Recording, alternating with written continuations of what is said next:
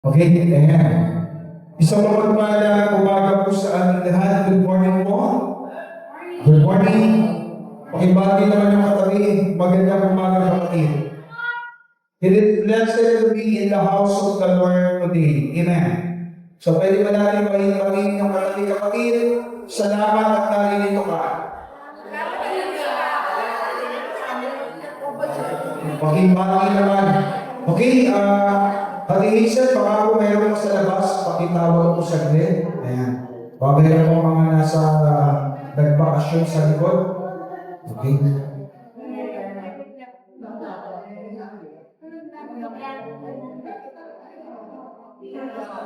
Ayan. Okay po. Today po, yung ating pong message is about sa ikawito pong commandment ng ating pong Panginoon. If you remember, alam mo yung ika-7? 7, ika-7 po. Ikapito pong utos ng Panginoon. Huwag magdatakaw. Parang lumampas tayo ng pagkakaya. Okay. Do not commit adultery. Anyway po, good morning po doon sa mga bisita po natin. Pwede po ba tumayo yung mga first timer po? Pwede po recognize? Ayan po, wala po ako ng word. So, dalawa po. Kung po ba yung estudyante ni Sir Romano? Opo. Nasaan si Kuya Ed? Ano po ba tawag nyo? Ano tawag nyo kay Sir Roms? Ano Sir Roms? Ang tawag na eh. Hi Sir. Thank you po. I pray po na hindi po ito yung first and last na tayo yung makikita. No? Next, ano pa po mga event? Okay po ba? Sagutin po ni Kuya Ernst. Opo na po. But anyway po, yung dalawa pong nasa dulo, if you remember Kuya James, pwede po ito kayo? Kuya James, alam po siya ni ating orason, if you remember po, sa mga dati po. So welcome po, kachat ko po si mama mo. So, every Sunday po, kailangan niyo daw pumatin. Okay ba? Malayo po. Malayo. Pag-pray natin. But anyway, ayan. Medyo yung ating pong message today ay medyo may kaugnayan po sa relasyon. Kaya please, allow me to ask and sana po ay maging honest, sumagot sa mga mag-asawa. Sito, iilan lang, no? Kasi magkatabi na eh. Kuya Bern, pwede mo ba tabihan si Ate Inday mamaya? Kasi ilan lang tayo mag-asawa eh. So, pakita lang may mag-asawa na. Si Kuya Nico at saka si Ate Shara, si Kuya Albert at Ate Michelle. Kuya Jerry, parang kayong tumaas ng kamay ayan si Kuya Jerry at saka si Ma'am Dario. Tapos si Ate Hazel at saka si Ate si Kuya Bern, ang mga wala ng asawa. Na nandito si Ate Alabel na si Kuya Rudy. Di ba ang usapan sa lahat ng tindahan ng sorry po, pupuntahin natin. At pangalawang tanong, sino po dito yung nagpaplanong magpakasal? Pangalan mo? Ang pangalan mo? Tumakas ka eh. Ilan taong ka na? Magpumulong ka na kung magkasal. Okay. Sino po nagpaplano? Ikaw lang. Nagpaplano ka? Bakit ikaw ang tinatanong? Diyos ka. Kailan ang plano? Sino tuloy na? Sino daw ang una? Si Enzo ikaw.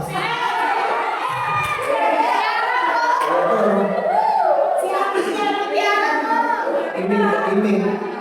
Masyado na yung excited sa ganyan, no? Anyway, sino po dito yung mga mag-jowa? Mag-jowa, ilang tawag eh. Pwede bang tabihan si Ate Chan? Tabihan mo si Chan? Kasi pagkatabi na yung dalawa ni Roland at saka ni Kiara. So tabihan mo si Charlie. Hindi ka na ispaso.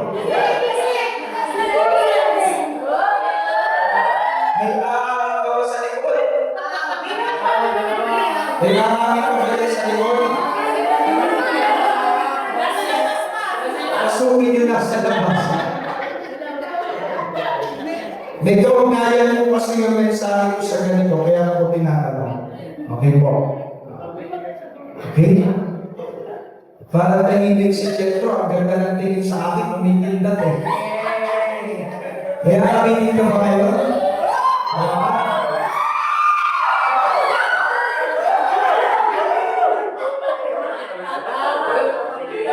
Hindi ako magsisimula hanggang hindi pumapasok si Kevin.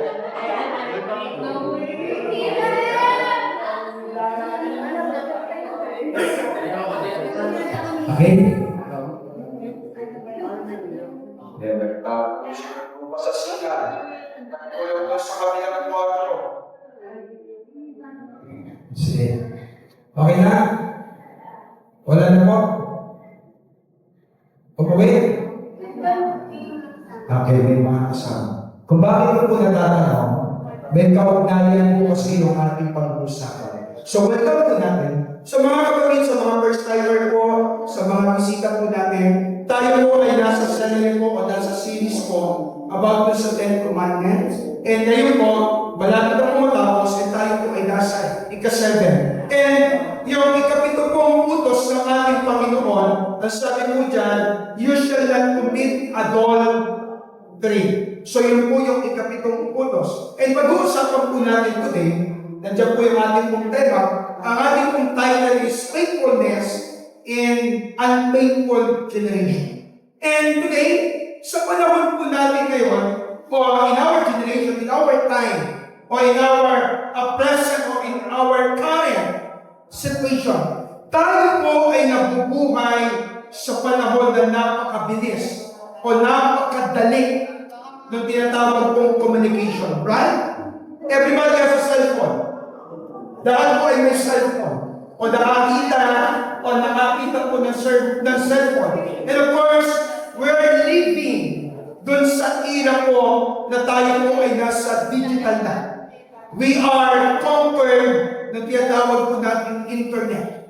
Dahil ang buhay, pag hindi tayo connected ngayon, parang ang hirap mabuhay. Amen? Sino po dito hindi pwede mabuhay ng walang internet? Lahat. Lahat. Bakit? Kasi sometimes, that is part of our job. That is part of our education. And most of us, that is part of our lifestyle. Amen? Pwede maiwanan ang lahat. Wag lang ang cellphone. But today, balikan po natin yung napagandang paalala po ng ating Panginoon. You shall not commit adultery. Babalikan po natin, if ating po titignan, yung sinabi po ni Yahweh during the time, hindi lang po niya sinabi na huwag kang mangangalunya. Si Yahweh po ay hindi lang nakapokus doon sa pagiging pangangalunya o doon sa adultery. Ang kanya pong pinapaalala ay yung pagiging ibig o tapat. Kaya po niya sinabi, do not commit. Ibig sabihin, if you are, kung tayo po ay nandun sa tinatawag na relationship, if you are in the relationship, kailangan mo maging faithful. Amen. Pakisabi po sa katabi, are you faithful? Ano sa kawa? Yes. Dapat.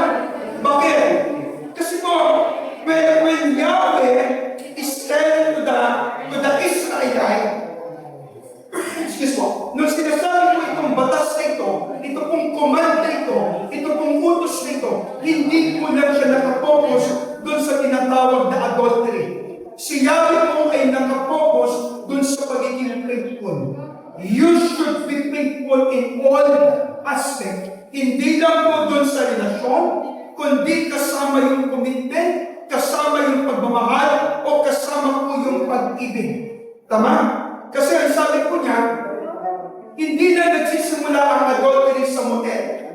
Pasintable po. Ang sabi ko dito, nagsisimula ito saan?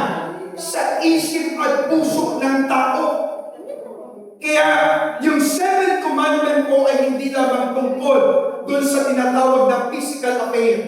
Ito po ay tungkol doon sa pagiging faithfulness, pagiging tapat ng ating puso, pagiging tapat ng ating isip, pagiging tapat ng ating mata, at higit sa lahat, pagiging tapat natin doon doon sa ating relasyon.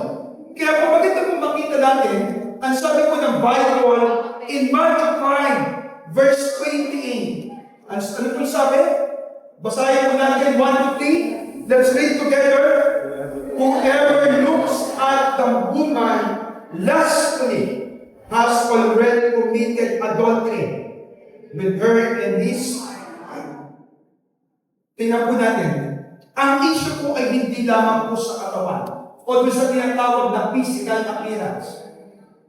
Mga kapatid, mga anak, mga kabataan especially, ang issue po ay hindi lamang nakapokus doon sa tinatawag na physical appearance. Ang issue po ay saan nakapokus? Sa puso. Ang issue po ay hindi lamang doon sa physical. Ang pinakang issue ay yung ating puso. The heart. Kaya maganda makita natin, God called His people to covenant faithfulness in a culture of uncompromise. So maganda kung makita natin, sabi ng Bible, whoever looks a woman lustfully, ibig sabihin, yung pagtingin pa lang po natin, pwede na po tayong magkasala. Right? Tama? Ang sinasabi dyan, hindi pa lang natin ginagawa. Wala pa tayong ginagawa, tumingin ka pa lang. Ano po sabi? Whoever looks at a woman lustfully, ano po sabi? Has already committed adultery. Kaya ang magandang makita natin, brothers and sisters, ang issue ay hindi lamang doon sa physical. The issue ay nagsisimula doon sa ating mga puso. So first thing na dapat natin maintindihan today, unang bagay, guard your heart in a culture of a digital temptation. Ano po sabi dyan? Guard your heart. Ano po ang ating gagawin? Una yung ating puso. Sabi po ng Bible in Proverbs chapter 4, verse 20, ano po sabi? Above all things, or above else, guard your heart. Bakit? Kasi yung puso, yun ang pinakamatindi. Kaya unang bagay na dapat natin maintindihan, guard your heart in a culture of a digital temptation. Bakit? Kung noon, o nung unang panahon, ang temptation po ay nasa kalsada. Ngayon po, sa panahon po natin in the present time, ngayon po, ang temptation ay nasa bulsa po ng bawat isa. Why? In your pocket. Nung unang panahon daw po, yung temptation ay nasa kalsada. But today, nasa bulsa ng bawat isa. Smartphone, social media, dating apps, private chat, may hidden conversation. Ulitin ko po. Smartphone. Lahat tayo ay mayroong cellphone. Amen. Lahat po ay may social media. Napakadami. Ano ang very popular? Facebook, FB, second, is Instagram. Ano pa meron? Mga tinatago natin. Ano pa yung mga Twitter, mga chat na meron pa? Ano ba yung word na sinasabi ng iba? Discord. Sino po ba yung Discord? Mga lalanan, kailangan yung matuto at alamin. Yes. Second, social media, dating app, mga private chat, mga hidden conversation. Ang problema po ay hindi technology. Tama? The problem is not the technology. Amen. Ang problema, kapag ang technology ang naging daan para sa lihim ng kasalanan, that is the biggest problem. Technology is not a problem. It is a tool, isa pong tool, isa pong paraan. Ang problema, kapag ang teknolohiya ang naging daan para sa lihim ng kasalanan, that's the biggest problem. Madaming Kristiyano, madaming mananampalataya, o madaming tao ang bumabagsak sa ganito pong aspeto. Nagsimula lamang ito, kumusta ka? Sasagot naman. Tagal na natin din nag-usapan. Uy, siglan lang natin ito. Huwag mong sasabihin. Hanggang sa unti-unting lumalalim ang usapan. Darating sa point, doon na tayo pwede masilo ng kasalanan. Hindi isang malaking kasalanan ang dahilan ng pagbagsak. Ito ay serye ng maliit na pag-compromise. Amen? Pwede ba natin sabihin compromise? Even si David mo, if you remember David, what happened to David? Si David ay hindi agad nagkasala kay Bathsheba. Una siya tumingin, pagkatapos nagtanong, pagkatapos nagpatawag, pagkatapos nagkasala.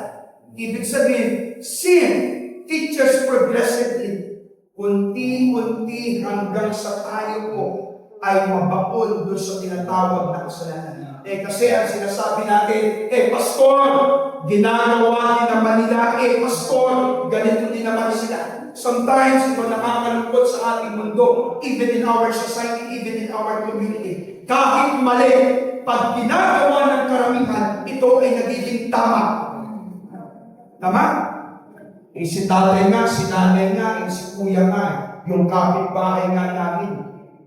But the point is, tandaan po natin, sa Lord, maliit man o malaki, pag mali, ito po ay mali. One is enough, two is too much. Pero kung pangatlo, that is danger. Kapatid, mauntog ka na. Pag pangatlo na, I pray na mauntog ka na. Kasi pag pangatlo, that is danger. Ano po ang palala sa akin? Ano po ang palala sa akin?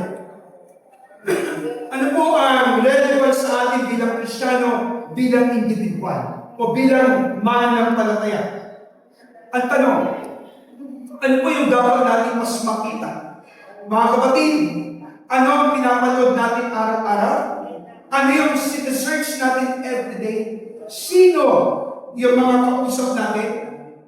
May mga conversation ba tayo na hindi pwedeng makita ng nanay natin? Kung may asawa ka, asawa mo. Kung may kapatid ka, kapatid mo. Kung may minamahal ka, minamahal mo. Kung meron kang tinatago today, that is dangerous. Amen. What you secretly entertain today can publicly destroy your tomorrow. Basahin po natin. 1, 2, 3. Let us read together. 1, 2, 3. What you secretly entertain today can publicly destroy your tomorrow. Yan po ay nakakatakot. So mga kabataan, please be mindful that is dangerous. Ano pong palala po sa atin? Be mindful of what you watch, read, binabasa namin, search, and chat. No hidden conversation. Accountability is not restriction. It is protection. Kung ikaw ay pinagbabawalan, hindi ka pinapahirapan. Kung may limitasyon, hindi ka pinagbabawalan. Ikaw ay pinoprotektahan ng anak. Ang umi ay alas 10. Mamaya mag-extend alas 12. Sige. Pero pag nag-extend ka pa na nag-extend, that is dangerous. Accountability is not restriction. It is your protection. Kung bakit may batas, kung bakit may alituntunin, yun po ay ating pong protection. That is our order. Because God is the God of order. Kung wala pong batas, wala pong saysay. Tama? Hello? May batas sa eskwelahan, tama? Kailangan pumasok na maaga, kailangan sumunod kay teacher, kailangan mag-submit ng mga gawain. Ganun din kayo eh. Kailangan natin maging tapat. Kailangan natin maging faithful. Kailangan po natin maging totoo sa Panginoon. Ano pong pinapaalala sa atin? Guard your heart online. Protect your future of life. Tama? Guard your heart online and protect your future of life. Pangalawang bagay na pinapaalala ko sa amin, according to our topic, ang sabi ko dyan, second point. Ano po yung pangalawa? Next slide. Sabi ko dyan, basahin natin. Honor God and sign for marriage and purity. Sa mga nagbabalak kong mag-asawa, please listen carefully. Sa mga nagpaplano po na lumagay sa tahimik, please listen carefully. Sa mga may asawa kong katabi, pakihawakan ang kamay ng bawat isa kong itaas. Sa mga may sitiro, hawak lang ng kamay ha, ng yakapin, nakatingin si pastor. Okay? Ba't nagkaya kayo? Ha? Hawak lang ng kamay. Mamaya na magkakapan. Balik tayo. Sabi mo dyan, honor God's sign for marriage and purity. Please listen carefully. My beloved. Hebrews 13 verse 4. Marriage should be honored by all. Listen. Sa mga nagpaplano po at may plano pa, makinig po kayo. Ang kasal po ay hindi invention ng government. Okay? Hindi po siya itinayo ng gobyerno. Hindi invention ng culture. Ito po ay invention ng Diyos. Ulitin ko po. Marriage is not invention by the government. Marriage is not invention by the culture. Ito po ay invention ng ating pong Panginoon. Okay? So marriage is a sacred. Ito po ay banal. Okay? Yan po ay banal. Pag sinira, winasak natin, niloko natin, ang niloloko po natin ay ang Diyos. Sa Genesis pa lang, itinatag po ng Diyos ang marriage. Kaya kapag nilabag po natin ang marriage, covenant, hindi lamang tao ang nasasaktan. Mismo ang ating Diyos, ang ating iniinsulto. In our time, in our generation, in our society, in our present culture, sa panahon po natin ngayon, normal na po ang mga bagay na babanggitin po. Number 1. Ano po yung normal? Ano po tawag dyan? Living.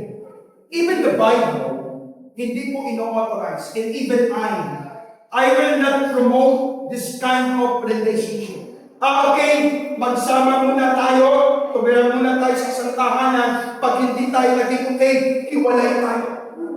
You're wasting your time. You're wasting your effort, your finances, and sinisira mo yung disenyo ng Diyos. God designed marriage, hindi po live-in. Second, may tinatawag kong casual relationship. Papasok po ba dito yung tinatawag na MU? Pwede? Ano ba yung MU? Mutual understanding, misunderstanding. Ganun ba? Meron ako nakinig dito na iba yung kanyang interpretation sa MU eh. Kaya Joshua, alam mo yung MU? Nagawa niyo ba yun? Okay siya na okay eh. Okay. Nag-MU kayo siya? Ilang buwan, ilang taon? Ilang months, ilang araw? Sabi mo, di mo siya kaya iwanan, hindi mo siya kaya mawala. Tag-MU pala ka, hindi ko alam yun ah. Ha? Hindi kayo iba yun, iba yun. Sagot ka na sa kanilang. Sino ba yun? Magka-MU mo. Ano ba pala? Okay, balik po tayo. Sa panahon po ngayon, normal na po yung dalawang family. Second. Third, multiple.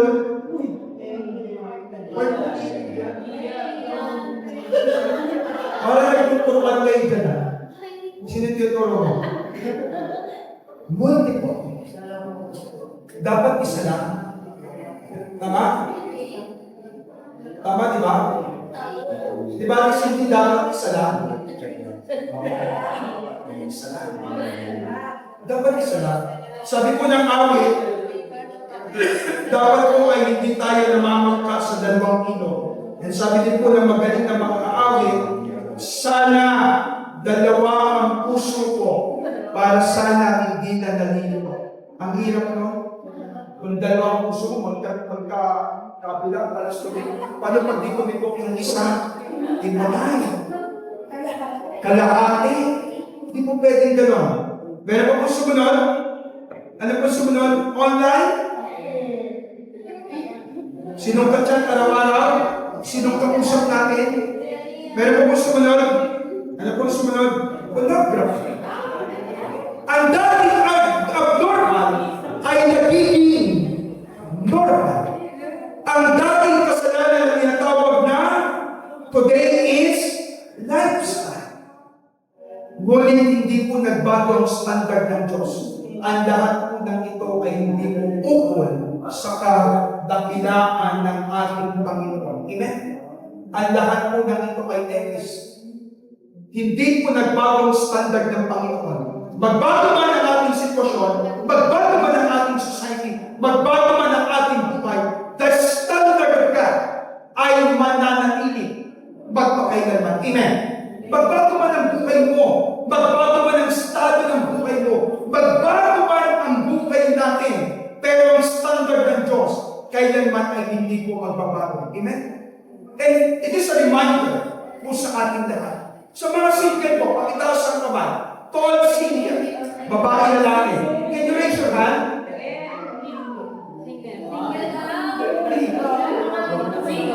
Habang tall single. Panalo po, tall single people. Kung single ka, ang commandment na ito po ay para sa inyo. Purity before marriage. Prepare faithfulness in marriage. Kung hindi mo kaya maging tapat today, mahihirapan kang maging tapat sa hinahan.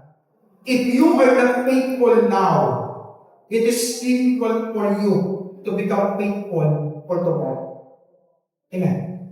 Kung hindi mo kayo tapat today, let us practice yung pagiging faithful. What we're talking today is not only po dun sa mutual relationship o dun sa tinatawag na pakikipagrelasyon. Even po dun sa mga bagay na nakakalimutan natin una. If you are not faithful in your family, paano ka magiging faithful pag nagkapamilya ka? If you are not faithful to your father and your father, paano ka magiging mabuting magulang? Kung hindi ka tapat sa iyong kapatid na lagi mong inaaway, hindi ka magiging faithful. Kaya pinapaalala ko sa atin, if you are not faithful today, mahihirapan tayong maging tapat sa hinahan. Tall single, please unify unity before marriage, prepare faithfulness in marriage. Napakalaga. And sa mga magsing-ilog, sa mga mag-asawa, nag-iibigan, hawakan niyo yung kamay na may pikaniko, hawakan niyo yung kamay siya. Parang ayaw. Ayan. Kuya, nawakan ko yung kamay ni ate? Sugatan niya pa. Sinugatan. Nangyari. May kita hawak pa. May kitang hawak ay kutsilyo, no? Pwede, hawakan mo naman kamay ni Mang Nello. Yan! Tama na po. Naiingit si Roland, sabi ni Roland, gusto ako din. Ako din. Kumakaway sa akin eh. But anyway, sa mga couple po natin, ito po ang paalala ni Pastor. Katalaw ako. Let us protect our marriage intentionally. Sa mga may karelasyon, please, nakikiusap po ako. Please, protect your relationship. Huwag nang tumingin sa iba kung may karelasyon na. Okay? Tama? Tama? Pangatlo, manalangin kayong magkasama. Communicate regularly. And don't assume your marriage is immune. Ang pinakamaganda, date your spouse. Nagdinig pa ba kayo, kuya? Pas, Nagdinig pa kayo ni ate? pagkatapos ng makantas. Ikaw, Jerry, madalas pa kayo mag-date ni Kuya Jerry? Back to you. Chamira. Minsan. Hindi ako pinadate ni Mrs. Wala akong pan-date eh. Nag-date lang ako. Katindan, At Hazel, gaano kayo madalas mag-take ni Kuya Bernie? Nagpapalito sa mga nakikinig. Ha? Once a week? Twice a week? Siya lang. Dahil yung iba, nag-dinate pa kayo mag-asawa? Ha? Coffee date. Ate Jen, gaano kadalas yung minsan? Time. Sige po. So, paalala mo, balikan po natin next time.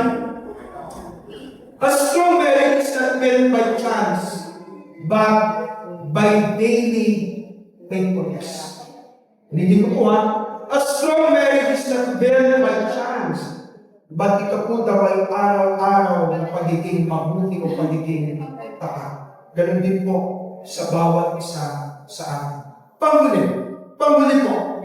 Pangatlong punto po, reflect Christ's faithfulness in a faithful generation o sa mundo po natin. Sabi po ng Bible in Ephesians chapter 5, verse 25, Christ loved the church and He gave up for her. Sabi po dyan, ang ultimate picture po ng marriage ay husband and wife. Let us always remember, husband and wife. Ang ultimate picture ay Christ and the church. Kahit paulit-ulit tayong nagkukulang, tandaan po natin, mananatili pong tapat si Kristo. Tayo ang madalas na unfaithful, pero si Kristo ay patuloy po siyang tapat. Kahit gaano tayo, o kahit gaano kalaki yung ating pagkukulang, mananatili ang katapatan ng ating Panginoon dahil siya po ay faithful. Ang gospel ay hindi naman po nagsasabi na huwag mangangalunya. Ang gospel ay nagsasabi may kapatawaran para sa mga totoong nagsisisi. Maraming may mga nakikinig tayo ganitong kasagutan dahil sa adultery. Maraming may bumabagsak, maraming may secret battle, pero ang mabuting balita, tandaan po natin, lagi po may biyaya kay Kristo. May restoration. Pag tayo po ay lumapit, pag tayo po ay nagbalik, pag tayo po ay nagbalik loob sa Panginoon, may katapatan po ang Diyos. Ang pinapaalala sa atin, let us reflect Christ's faithfulness in a faithful word. Kahit na po ang mundo, kahit na po ang paligid, kahit na po ang ating komunidad ay hindi po mabuti. Ang kinakailangan po, tayo po ay maging mabuti. Amen? Maging tapat. Kahit na po yung paligid na ginagawa ng pastor ng marami, ginagawa na po ng karamihan, ito na po yung kanilang ginagawa noon. The standard of God ay hindi po bababa. Mananatili ang standard po ng ating Panginoong Jesus. Ano po ang relevance sa ating current society? Today, sa panahon po ngayon, ang daming broken families, online affairs, porn addiction, sexual confusion, moral compromise. Ang kailangan ng mundo ay ikaw na isang mananampalataya na maging tapat sa lahat po ng pagkakataon. Ang kailangan po ng mundo ay tayo na maging totoo at tapat sa ating pong Panginoon. Amen? Hindi kailangan perfecto. God is not asking to be perfect. Ang gusto po ng Diyos, ikaw ay maging tapat sa lahat ng pagkakataon. Maging tapat sa sarili, maging tapat sa magulang, maging tapat sa iyong ginagawa. Kung ikaw ay nag-aaral, huwag mong gayahin ng pag-aaral. Pumasok ng tama. Humingi ng baon, pero hindi nagtungo sa eskwelahan. Panluloko yun. May project, 200 yung ambagan, yung pala 50 lang. Meron kaming overnight, gagawa kami ng skill, gagawa kami ng report, yung pala may swimming. Ang kailangan po ng mundo ay hindi po perfecto. Ang kailangan po ng mundo at ang kailangan ni Kristo ay isang taong totoo at pagiging tapat. Ang pinakamalaking pangangailangan po ngayon ng church ay hindi yung madami pong programa, kundi Yung mas maraming tao po na may entitlement. Hindi po gifted, hindi po talented, kundi merong takot at kabanalan na handa po magsuko ng buhay kay Kristo. Ano po yung paalala po sa atin? The greatest weakness of the church is not popularity, but, ano po sabi? Your purity. Yung kabanalan po namin, kapatid. The greatest weakness of the church is not popularity, kundi your purity. Matamot tayo dahil meron pong kaparusahan. Tandaan po natin, matamot tayo na gumawa ng kasalanan dahil lahat po ng bagay ay may kakulan sa Panginoon. At hindi po pwede magkamali ang Lord. Kung ano ang iyong tinanim, ano pong sabi? Yun ang ating aaninin. Ano po ang pinapaalala sa atin? The seventh commandment ay hindi lamang tungkol sa adultery. Ito ay tungkol sa pagiging tapat natin. Kung ikaw ay may asawa, dapat kang maging tapat sa iyong asawa. Kung ikaw ay may karelasyon, dapat maging tapat ka. Kung ikaw ay may pamilya, dapat kang maging tapat sa pamilya. Maging tapat sa magulang, maging tapat sa kapatid. At kung ikaw ay bahagi ng iglesia, you should be faithful in the church and also sa Panginoon. At higit sa lahat, ang pinakamainam ay maging totoo at maging tapat tayo sa nag-iisang Diyos. Bakit? Dahil ang Diyos ay tapat sa atin. Amen. Ang Diyos ay tapat, ang Diyos ay totoo, at ang Diyos ay hindi pwedeng magkulang sa atin. Sa digital age, maraming bagay ang humihilang mo sa ating atensyon, katapatan. Ngunit ang tawag ng Diyos ay malinaw. You shall not commit adultery. Hindi lamang sa gawa, hindi lamang sa salita, kundi sa ating mga puso. So ano pang pinapaalala ko sa atin? Unang bagay na dapat natin bakunin na pinapaalala ko sa atin today. Mga kapatid, sabi ko dito, please, guard your heart in a culture of a digital temptation. Second, honor the design for marriage and purity. And pangatlo, let us reflect Christ's faithfulness in a faithful way. Kahit na po ginagawa na ng karamihan, tandaan po natin, pag yan po ay masama at kasalanan sa paningin po ng Diyos, mananatili po siyang kasalanan. God is calling us and God is teaching us na maging tayong tapat at totoo sa lahat po ng pagkakataon. Amen? Yun po ang pinapaalala sa atin ng Panginoon. Hindi lang po na sinabi, you shall not commit adultery. Hindi lamang sa gawa, hindi lamang sa salita, kundi maging sa ating mga puso. Tandaan po natin ang pinapaalala po ng Panginoon, let us be faithful and not faithful generation. Magulo ang ating paligid, yes, totoo yan. Magulo ang ating community, ang ating society. Pero pwede kang maging tama. Pwede kang maging maayos. Tama?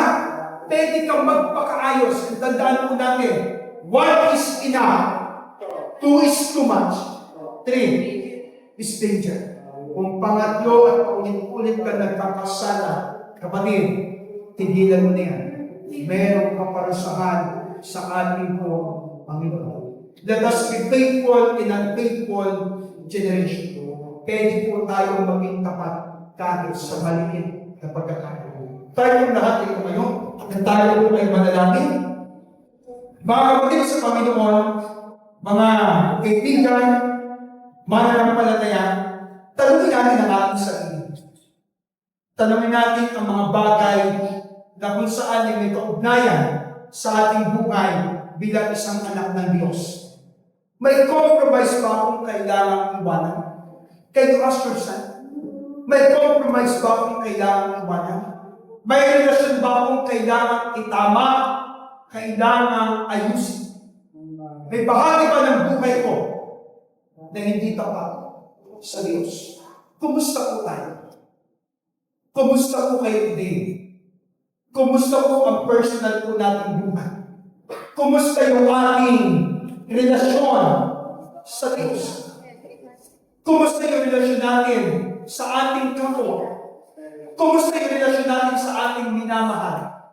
Kumusta yung relasyon natin sa ating asawa? Kumusta yung relasyon natin sa ating mga magulang?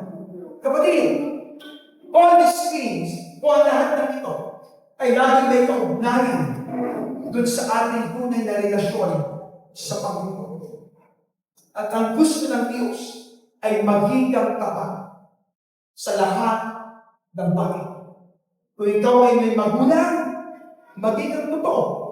Kung ikaw ay may asawa, maging ang tapat. Kung ikaw ay may minamahal, maging ang tapat. Kung nag-aaral ka, maging ang totoo sa iyong ginagawa. Kung ikaw ay nagtatrabaho, maging ang tapat doon sa kumpanya na pinagtatrabahuan. Dahil pagtalo mo ay naging tapat, may biyaya po ang Diyos sa buhay ng kanyang mga anak. Amen? Ang taong nagtatapat ay pinagpapalang lubos ng ating Panginoong Jesus. Amen? Tayo ay manalangin at lumabot po sa ating Diyos. At kung kayo po ay mga may personal na panalangin, may gusto kong ilapit sa Diyos, you can raise your hand and I will pray for you. Kung kayo po ay may gusto kong igulong sa Panginoon, mga unspoken prayer, mga personal battle, o mga secret battle po natin sa Panginoon, can you raise your hand and I will pray for you? Kung kayo ay may mga dinadala sa mga pagkakataong ito, can you raise your hand and I will pray for you? Tandaan niyo po, sa Diyos, meron pong pag-asa. Sa Lord, meron pong kasagutan. Kay Kristo, lagi pong may solusyon. Bakit? Kasi sinabi ng Panginoon in John, Jesus is the way, the truth, and the life. No one comes to the Father except through Him. Walang ibang daan kundi si Kristo. Daan ng kaligtasan, daan ng katotohanan, daan ng pagpapala. Kay Kristo lamang natin matatagpuan. Amen? Kaya if you're battling, kung nagpapalat ka sa kasalanan, kung nagpapalat ka sa mga problema, you can raise your hand and I will pray for you. Let's pray. Hallelujah, Jesus. Hallelujah. Ang naming Diyos sa dakila at banal, Ama, kami po ay nagpapasalamat sa napakagandang pagkakataon na binigay mo sa amin. Especially, Panginoon, sa inyong pong salita. Sa inyong pong paalala sa amin. Sa inyong pong paalala na kung saan maging kaming tapat sa lahat po ng aspeto ng aming buhay. Hindi lang doon sa aming relasyon, kundi yung tunay na ugnayan po namin sa inyo. And help us, Lord, na turuan mo kami na maging tapat sa lahat po ng pagkakataon, sa lahat po ng bagay, maging sa mga pinagkatiwala mo sa amin, maging kaming totoo. And I pray, Panginoon, for these people, Lord, alam mo ang kanilang mga buhay.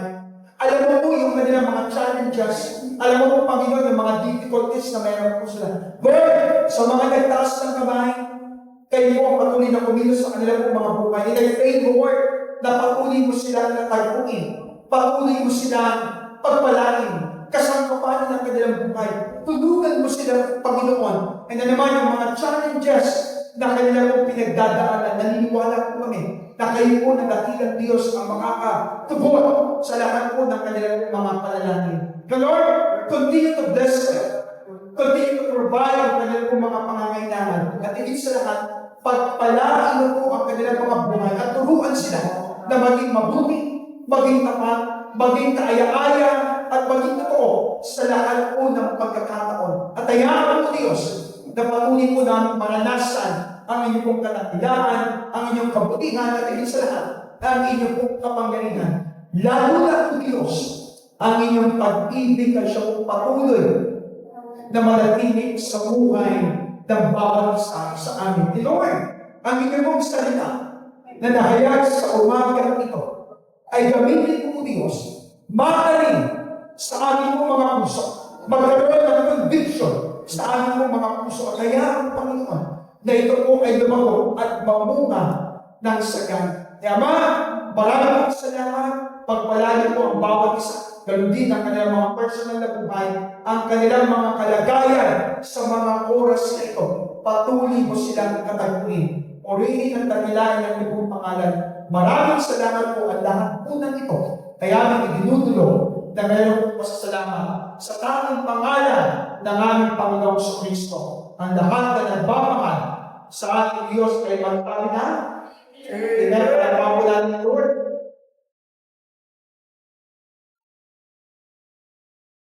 Thank you for watching. Here at Green Pastures World Mission Church, we are committed to building intimacy with God and His church. We'd love for you to stay connected. Follow us on our social media channels for more uplifting content. See you in our next video, and may you be blessed.